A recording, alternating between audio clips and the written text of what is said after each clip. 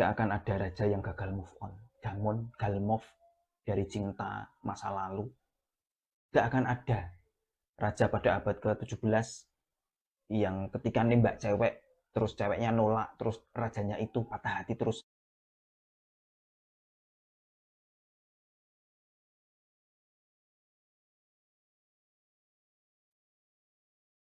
ketemu lagi di acara Dilempar, diskusi film dan serial terpaling benar.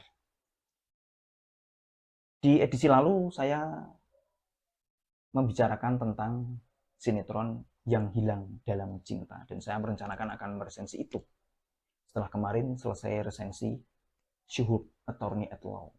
Tapi karena sinetronnya panjang, ada 12 episode dan butuh waktu untuk menyelesaikan, untuk binge watching itu semua, maka kali ini saya akan selingi dengan resensi film yang sudah agak lama, yaitu Sultan Agung, Tahta, Perjuangan, dan Cinta.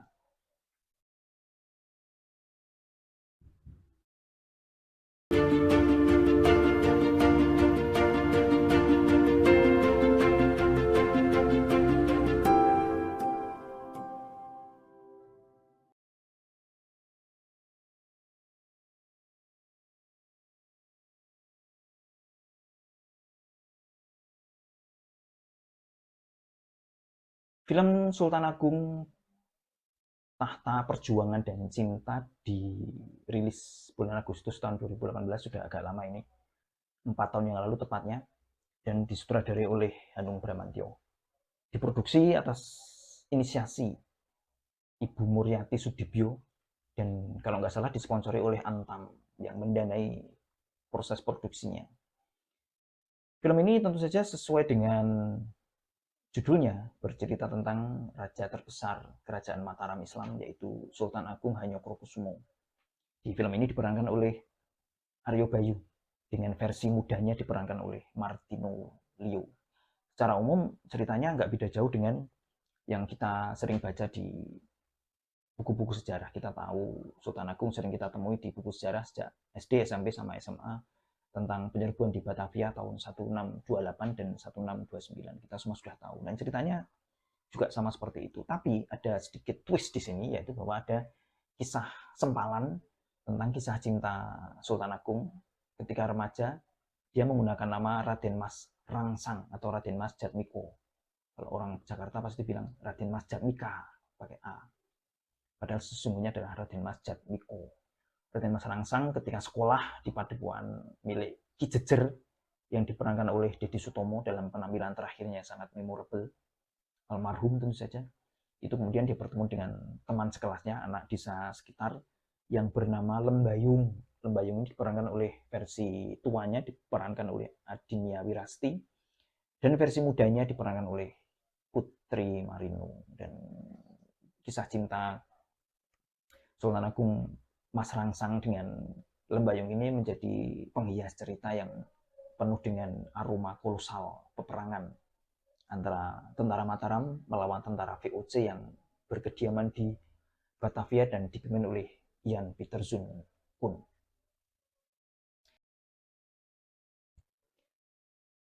Kita dahului resensi kita dengan apresiasi. Hampir semua elemennya berada dalam standar yang bagus. Film-film Indonesia rata-rata tidak ada masalah dengan sisi sinematiknya, penyutradaraan, angle-angle kamera, koreografi perkelahian, kemudian tata busana, bagaimana mengerahkan orang banyak untuk menjadi tentara, kemudian akting pemerannya, saya kira tidak ada masalah berarti dari film ini. Bahkan pemilihan Aryo Bayu dan Adinia Wirasti sebagai dua tokoh utama di film ini bagus sekali, karena mereka tidak bertampang bule atau oriental. Kita tahu di zaman dulu semua aktor aktris pasti berkulit putih ala bule, karena pembibitan artis diambil dari anak-anak modeling. Dan sekarang ini yang jadi tren adalah tampang yang seperti orang-orang Korea, cute-cute Korea gitu, baik cowok maupun cewek. Nah, di sini casting direkturnya yang bekerja untuk Hanung Bramantyo untuk film ini bagus sekali karena aktor-aktornya, baik aktor maupun aktrisnya itu bertampang lokal Indonesia dan tidak seperti orang asing. Dari segi akting pun Aryo Bayu dan Adinia Wirasti sudah masuk pada jajaran aktor aktris papan atas sehingga permainan peran mereka sudah tidak perlu dilakukan lagi. Meskipun begitu, Sultan Agung film ini terjebak dalam beberapa masalah yang beberapa diantaranya itu sangat elementer. Sehingga oleh karena itu maka saya heran kenapa yang seperti ini sampai bisa lolos. Nah, kita sampai pada kritiknya sekarang. Yang paling awal, judulnya. Sepintas bagi orang yang awam masalah bahasa, judul Sultan Agung, Tahta, Perjuangan, dan Cinta itu kayak nggak ada masalah. Padahal bagi orang yang tahu kepenulisan, misalnya wartawan atau apalagi seorang novelis, sastrawan, pasti langsung bisa melihat hal yang tidak beres pada judul ini. Apa itu? Kita breakdown. Judulnya aja. Di display di filmnya, terlihat Sultan Agung, Tahta, Perjuangan, dan Cinta. Tahta ditulis dengan T-A-H-T-A. Ini keliru, teman-teman. Karena kata yang baku adalah tahta. Bisa kita lihat di sini di KBBI. Kata yang benar adalah, kata yang baku adalah tahta. T-A-K-H-T-A. Pakai K dan H, bukan H.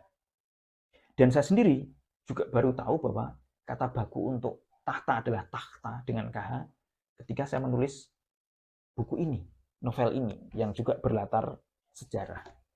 Saya menulis dengan kata tahta, dan oleh editor penerbit diedit menjadi tahta. Dan ketika saya melihat ke KBBI, ternyata memang benar. Kata yang baku bukan tahta, tapi tahta dengan KH.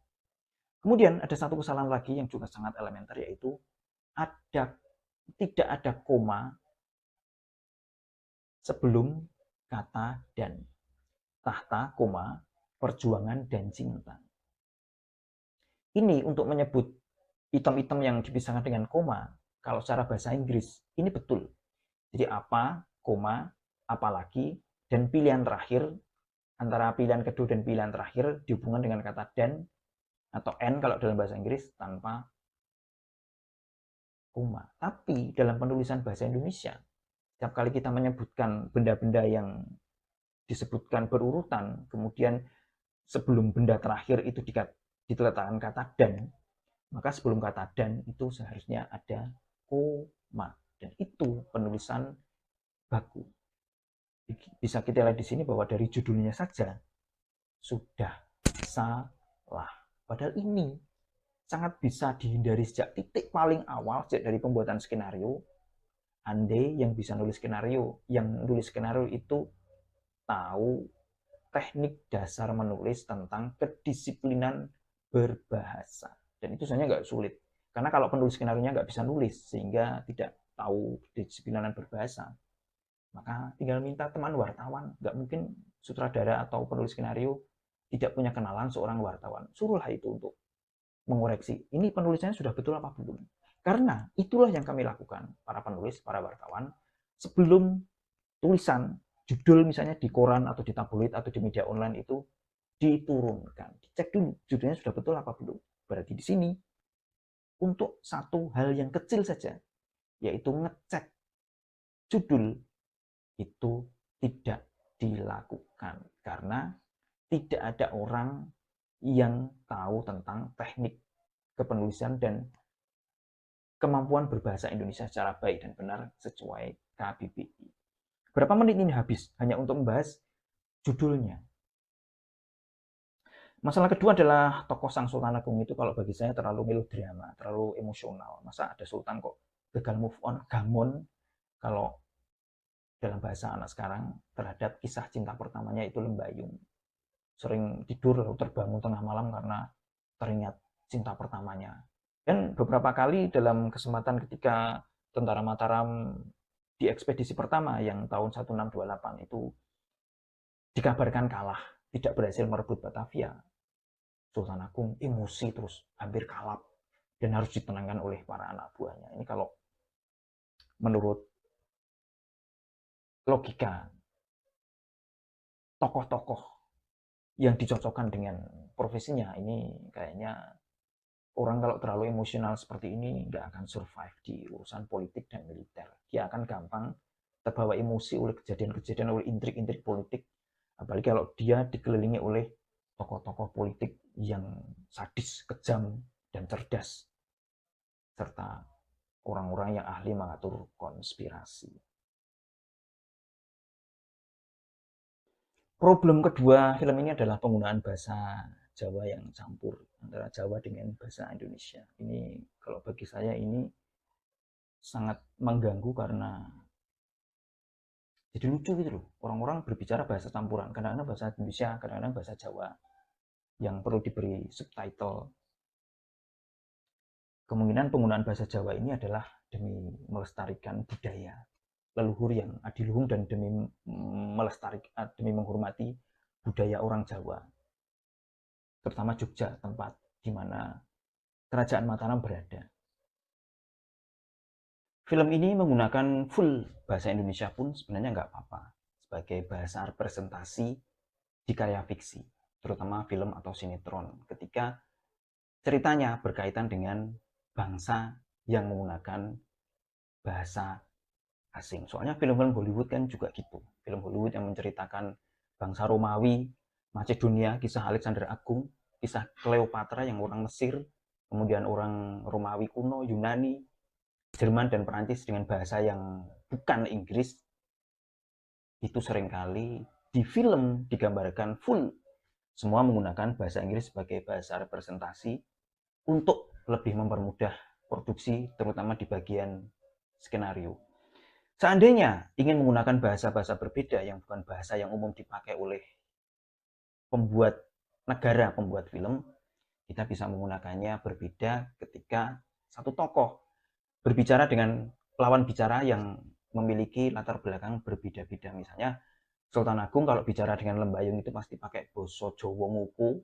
Sebaliknya, Lembayung kalau dengan Sultan Agung pasti pakai boso Kromo Inggil tingkat tertinggi karena digunakan untuk raja. Kemudian ketika Sultan Agung bertemu dengan orang asing seperti VOC dan orang-orang Arab, yaitu adegan di bagian terakhir ia bertemu dengan orang-orang Arab, menerima tamu orang-orang Arab, otomatis dia memakai bahasa yang merupakan lingua franca pada abad itu, yaitu bahasa Melayu Riau yang kemudian menjadi bahasa Indonesia sekarang ini. Jadi bahasanya berbeda-beda sesuai dengan faktualitas di lapangan berdasarkan perbedaan lawan bicara. Ini kan mirip dengan yang dipakai di serial Narcos misalnya.